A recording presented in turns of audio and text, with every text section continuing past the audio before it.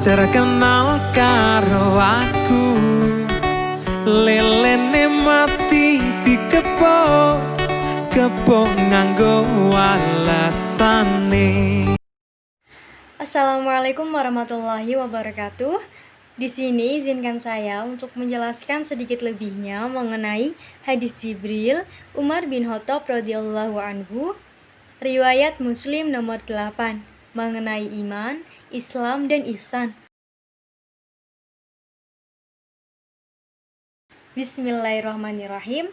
Qala Rasulullah sallallahu alaihi wasallam an Umar radhiyallahu anhu aidan qala bainama nahnu julusun inda Rasulillahi sallallahu alaihi wasallam zata yaumin ittala alaina rajulun syadidu bayadi thayabi syadidu sawadi sya'ri la yura alaihi atharu safari wa la ya'rifuhu minna ahad hatta jalasa ilan nabiyyi sallallahu alaihi wasallam fa asnada rukbatayhi ila rukbatayhi wa wada'a kaffayhi ala fakhidayhi wa qala ya Muhammadu fa akhbirni anil Islam wa qala Rasulullah sallallahu alaihi wasallam al-Islamu an tasyhada alla ilaha illallah wa anna Muhammadar Rasulullah wa tuqimus shalah wa tu'tiyaz zakah wa tasuma ramadhana wa tahujjal baita in istata'ta ilaihi sabila. Qala shadaqtu fa ajibna lahu yas'aluhu wa yusaddaquh. Qala fa akhbirni anil iman. Qala ambillahi wa malaikatihi wa kutubihi wa rusulihi wal yaumil akhir wa tu'mina bil qadri wa khairihi wa syarrihi. Qala shadaqta. Qala fa akhbirni anil ihsan. Qala an ta'budallaha ka'annaka tarahu fa illam takun tarahu fa innahu yarak. Shadaqallahul adzim.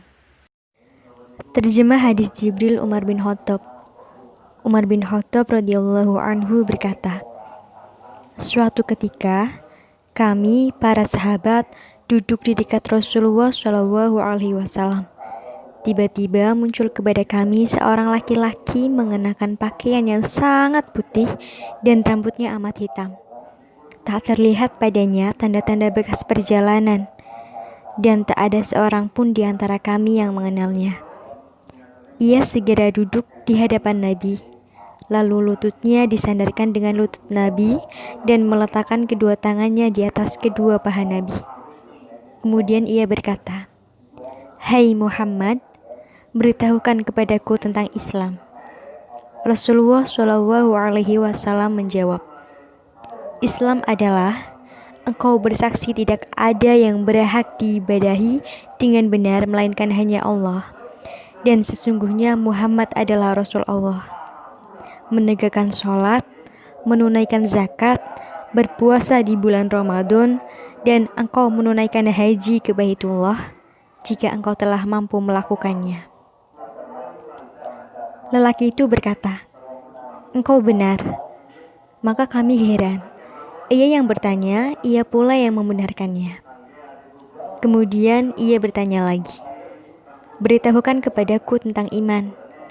Nabi menjawab, "Iman adalah engkau beriman kepada Allah, malaikatnya, kitab-kitabnya, para rasulnya, hari akhir, dan beriman kepada takdir Allah yang baik dan yang buruk."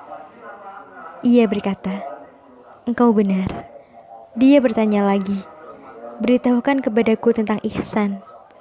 Nabi Shallallahu alaihi wasallam menjawab, "Hendaklah engkau beribadah kepada Allah seakan-akan engkau melihatnya.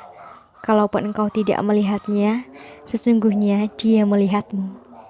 Hadis riwayat Muslim nomor 8.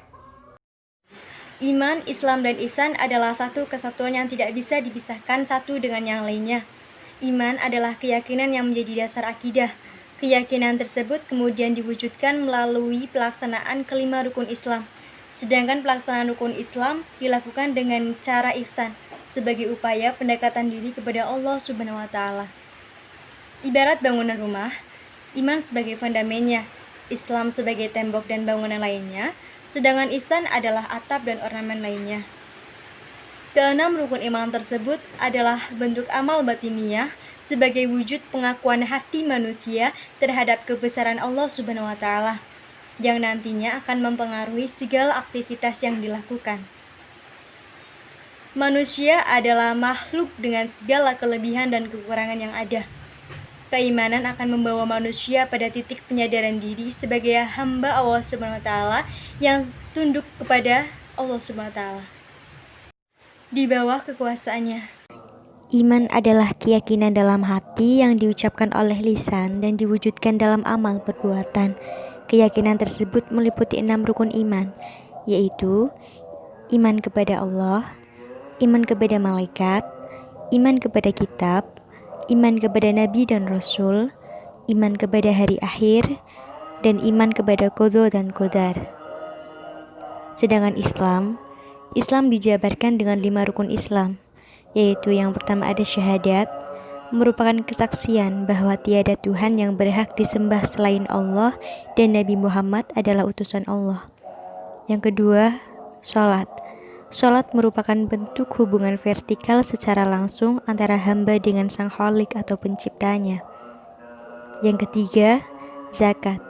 Zakat merupakan wujud kepedulian sosial terhadap sesama manusia. 4. Puasa. Puasa merupakan ujian melawan hawa nafsu. Dan yang kelima adalah haji, di mana haji merupakan ajang mempererat ukhuwah Islamiyah dengan sesama saudara muslim dari seluruh dunia. Sedangkan Islam, dari kelima rukun Islam tersebut merupakan amal lahiriah sebagai perwujudan dari makna Islam itu sendiri, yaitu kepasrahan diri secara total kepada Allah Subhanahu wa taala. Artinya, kepasrahan sebagai makna Islam tidak hanya disimpan dalam hati, melainkan diwujudkan melalui perbuatan nyata, yaitu kelima rukun Islam tersebut. Ihsan. Ihsan adalah cara bagaimana seharusnya kita beribadah kepada Allah Subhanahu wa taala. Rasulullah mengajarkan ibadah kepada kita adalah dengan cara yang seolah-olah ibadahnya berhadapan secara langsung dengan Allah.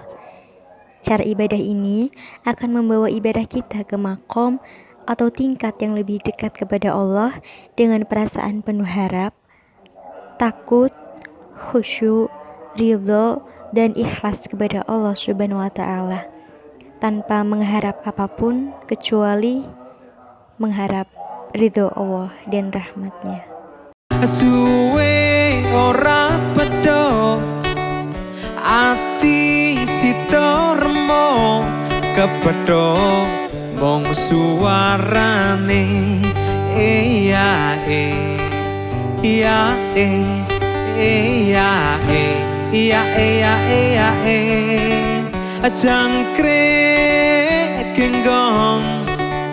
jangkrik genggong luweh becik omong kosong.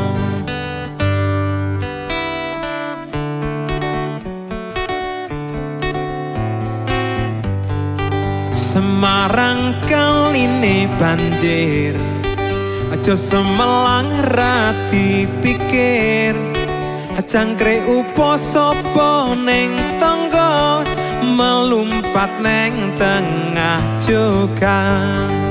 Wes jangkrik genggong jaring jangkrik genggong tekan waning lirewengan sepi